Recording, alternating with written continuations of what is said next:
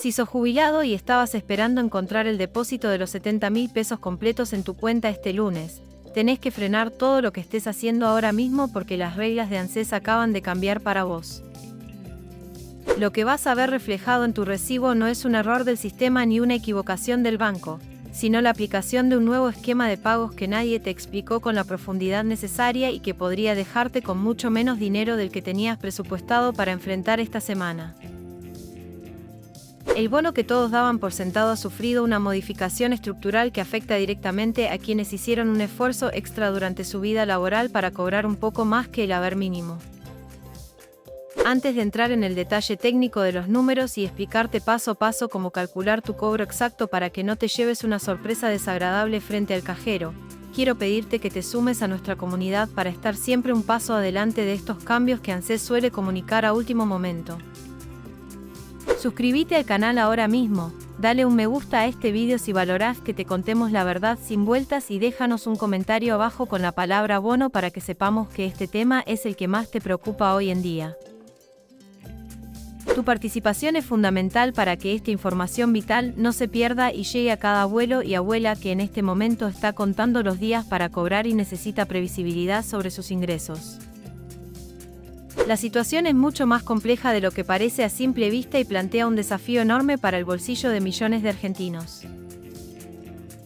Durante las últimas semanas, los medios de comunicación y los anuncios oficiales bombardearon con la noticia del refuerzo de 70.000 pesos, pero omitieron un detalle crucial que está empezando a golpear con fuerza este lunes 27 de abril.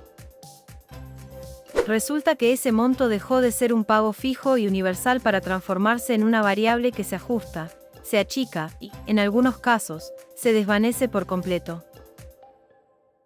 El gran problema es que muchos jubilados planificaron sus pagos, sus compras de medicamentos y sus gastos fijos contando con un dinero que, debido a la nueva reglamentación del organismo, simplemente no va a llegar de forma íntegra a sus bolsillos.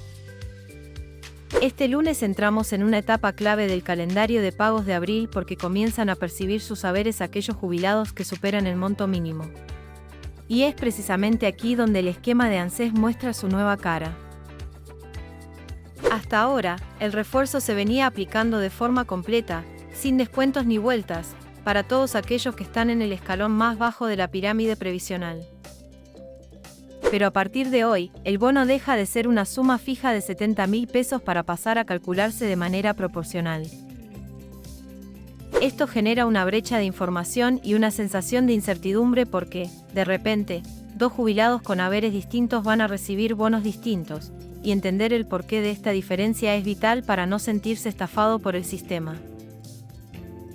El eje central de este cambio es un límite máximo que ANSES ha establecido para el mes de abril. Ese techo, ese muro infranqueable que el gobierno puso para los pagos de este mes, se ubica exactamente en los 450.319 pesos. ¿Qué significa este número para vos? Significa que la suma total de lo que recibas, es decir, tu jubilación ordinaria más el refuerzo extraordinario, no puede superar bajo ninguna circunstancia esa cifra. El objetivo oficial es que ningún beneficiario cobre más que el límite establecido, lo que en la práctica se traduce en que el bono se reduce progresivamente a medida que tu jubilación base es más alta. Es una nivelación que, para muchos, se siente como un castigo a la proporcionalidad de sus aportes históricos. Vamos a ponerle números reales a esta explicación para que puedas ver el impacto en tu propio bolsillo. Imagínate el caso de un jubilado que, por su escala salarial, este mes debe cobrar una jubilación de 400.000 pesos. Bajo el esquema anterior, uno tendería a sumar los 70.000 pesos del bono, lo que daría un total de 470.000 pesos. Sin embargo, como el tope es de 450.319 pesos, ANSES no le va a pagar el bono completo. En lugar de recibir los 70.000 pesos, este jubilado recibirá un bono cercano a los 50.000 pesos.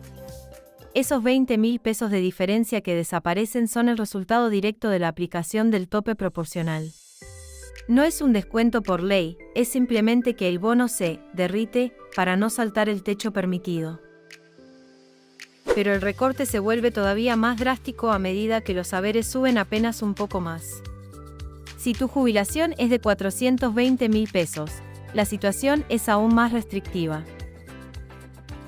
En este escenario, el refuerzo que vas a encontrar depositado en tu cuenta este lunes baja a unos 30.000 pesos aproximadamente. Fíjate cómo en este caso ya perdiste más de la mitad del bono original de 70.000 pesos que se anunció con tanta pompa. La lógica del sistema es matemática pura: cuanto más ganás de jubilación, menos recibís de ayuda económica, buscando que todos los que están por encima de la mínima terminen cobrando exactamente lo mismo al llegar al tope de los 450.319 pesos. El caso más extremo y que más dudas genera es el de aquellos jubilados que están muy cerca del techo establecido por el organismo. Tomemos como ejemplo a alguien que percibe un haber de 440.000 pesos. Para esta persona, el famoso bono de 70.000 pesos se reduce a su mínima expresión, transformándose en un refuerzo de apenas 10.000 pesos. Es una cifra que para muchos resulta casi simbólica frente a la inflación reinante, pero es la forma en la que ANSES garantiza que nadie supere los 450.319 pesos totales. Si tu jubilación base ya es igual o superior a ese monto de 450.319 pesos, lamento decirte que este lunes no vas a ver ni un solo peso en concepto de bono o refuerzo, ya que para el sistema vos ya cubriste el cupo máximo de ingresos previsto para este mes. Es fundamental entender que este lunes el pago alcanza a los jubilados con haberes superiores al mínimo y que el orden de cobro sigue estrictamente la terminación del documento de identidad. El cronograma habitual de ANSES no ha cambiado, lo que cambió es la composición interna de ese pago. Por eso, cuando vayas al cajero o revises tu Omebanking, no busques una línea que diga 70.000 pesos de forma automática. Lo que tenés que buscar es el complemento que te lleve a alcanzar los 450.319 pesos. Si la suma de tu haber más el bono da ese número exacto, entonces el pago es correcto según la normativa vigente que está aplicando el gobierno a partir de este tramo del calendario de abril. La profundidad de este cambio radica en que el bono ya no es un derecho adquirido por igual para todos los beneficiarios del sistema previsional, sino una herramienta de ajuste que se utiliza para contener el gasto mientras se intenta sostener el poder adquisitivo de los que menos tienen. Para el jubilado que cobra un poco más que la mínima, esta proporcionalidad se traduce en una pérdida real frente a la expectativa que se generó inicialmente. Es una realidad que hay que conocer para poder administrar correctamente el presupuesto familiar en un contexto donde cada centavo es determinante para la economía del hogar. En resumen, lo que tenés que saber para este lunes es que el esquema de pagos de ANSES incorpora finalmente el bono proporcional. El límite absoluto de cobro para abril se fijó en 450.319 pesos. Si cobrás 400.000 pesos de haber, tu bono será de 50.000 pesos. Si cobrás 420.000 pesos, tu bono bajará a 300.000 pesos. Y si tu haber es de 440.000 pesos, el refuerzo será de solo 10.000 pesos. Esta escala decreciente es la nueva normalidad para los jubilados que superan la mínima y es lo que define el calendario que se activa hoy mismo para las distintas terminaciones de DNI. No dejes que esta información se quede con vos. Compartí este vídeo con tus conocidos y familiares jubilados para que nadie se sorprenda este lunes al ver sus ingresos. Suscríbete para seguir recibiendo estas actualizaciones clave. Hasta el próximo informe. Judicial que le ordena retornar al pago de los 900.000 planes para trabajadores informales. El gobierno de Javier Milei y la cartera de Sandra Petovelo apelarán el fallo que ordena la continuidad del programa de estímulo al trabajo.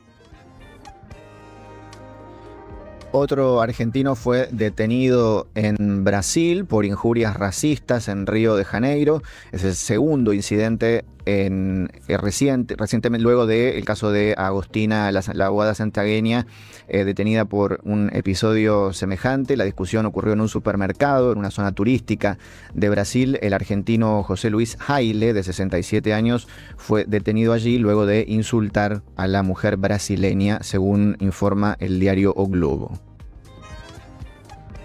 La actividad económica cayó 2.1 interanual en febrero. Estos son datos del INDEC, el estimador mensual de actividad económica. El EMAI cayó durante febrero 2.1 interanual, 2.6 con respecto a lo que fue el mes de enero, según informó hoy el INDEC. Es el peor retroceso intermensual en la actividad económica desde diciembre de 2023, según los datos oficiales. El mal desempeño en sectores claves como la industria, el consumo tanto minorista como mayorista y la menor demanda de electricidad y gas, tanto por particulares como por parte de empresas. Chile, José Antonio Kast presenta su propia ley bases, una mega reforma que envía al Congreso con el afán de tocar algunos de los nodos centrales de la legislación chilena en materia económica y laboral. Entre las iniciativas se prevé una rebaja de los impuestos corporativos a las grandes empresas del 27 al 23%, una liberalización del mercado de importaciones y un reforzamiento de los controles migratorios en la frontera norte de Chile. La temperatura en este momento en la ciudad de Córdoba, 14 grados 2 décimos, el cielo está cubierto con llovizna. Mañana jueves, según el Servicio Meteorológico Nacional, mínima de 9 grados, máxima de 21 grados. En la ciudad de Buenos Aires tenemos 18 grados a esta hora, el jueves tendrá una mínima de 12 y una máxima de 22 grados con cielo despejado. Felicitas Bonavita te acompaña cada tarde en AM530.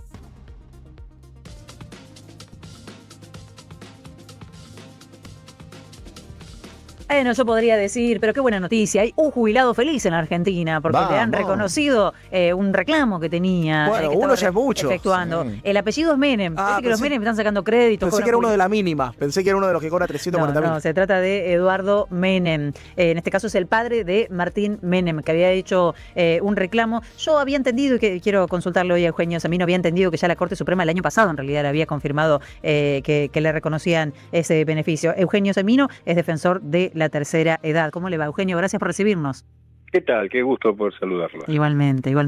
Vi números exorbitantes dando vueltas, así que la verdad que le pregunto a usted, ¿qué fue lo que pasó con Eduardo Menem? Bueno, primero es una demostración cabal que todos los argentinos somos iguales ante la ley, solo que hay algunos que son más iguales que todos, ¿no? Porque en paralelo, frente al hecho que vamos a describir, tenemos en este momento alrededor de 600.000 juicios o jubilados que están en condiciones de hacerlo. Tenemos 40.000 sentencias firmes que no se pagan y tenemos 5 millones de jubilados y pensionados, más 1 millón de personas con discapacidad que literalmente se están muriendo de hambre. Sí. Ahora, este caso en particular tiene que ver con una demanda que hizo Eduardo Menem en razón de lo que fue su trayectoria laboral, teniendo en cuenta que tiene, entre otras cosas, como funcionario, 22 años como legislador de la Nación. 1983-2005. Efectivamente. Y ahí el tema es interesante ver que se superponen una cantidad de leyes en ese proceso. Porque él empieza con la ley tradicional de jubilaciones y pensiones, pero luego pasa a lo que eran las llamadas leyes de privilegio, por su condición de legislador, y que son derogadas recién a partir del 93-94. Por lo cual hay un gran periodo que termina redundando en su favor y que reconoce el fallo de primera instancia. El fallo de primera instancia fijó, y escuchemos bien, porque nos va a asombrar, les va a asombrar a los oyentes en relación a la poquedad de sus bolsillos. A ver. Lo que va a cobrar por mes son 41 millones de pesos. ¡Puah! Es la mensual, claro. Yo digo, ¿en serio le van a quedar 41 mensuales? No podía creer, porque había visto algunos gráficos que mostraban 3 puntos, pero imagino que lo que está cobrando ahora, 3 millones y pico. Pero bueno, va a tener un salto importante. Sí, realmente es muy importante. No debe ser para caja chica para él, ¿no? Pero bueno, al margen de esto, ¿Y el retroactivo, Eugenio? El retroactivo son 1.500 millones de pesos. Era real el número, ¿no? Yo no lo quise decir al aire porque digo, esto debe estar mal, no puede estar bien. De verdad que dudaba del dato, por eso decíamos, vamos a llamarlo a Eugenio para que nos aclare un poco la situación. ¿Esto está determinado y confirmado por la Corte Suprema? La Corte, en realidad, en este caso en particular, no hace ninguna otra cosa que ratificar primera instancia, porque hubo un olvido en el medio, que fue lo que ocurrió con ANSES no apelando este fallo. Y esto es un gran tema. ¿Por qué? Porque ANSES apela en 99% de los ¿Y por qué no apeló acá? Perdón que le haga la pregunta, pues es obvia, ¿no? Pero bueno. Hay una cosa Sí. que tenemos que tener en cuenta. ANSES, hasta hace pocos años atrás, bueno, que casi más de una década, tenía que apelar todos los fallos a todas las instancias, obligatoriamente. Esto quedó de lado porque precisamente esta medida, a partir del 2004, que el Estado Nacional se compromete ante la Comisión Interamericana de Derechos Humanos a dejar de lado esta norma, de apelar en todos los casos, y a su vez fija otra más importante. Fue Alicia Oliveira la protagonista en ese momento, que estaba en Cancillería, a cargo de Derechos Humanos, la que firmó el acuerdo, querida amiga. Pero lo particular es que a su vez se estableció que no era necesario apelar a aquellos fallos que tuvieran analogía con casos que ya la Corte había fallado. Claro. Es decir, y en general hay una gran homogeneidad en términos de los reclamos y de los periodos reclamados.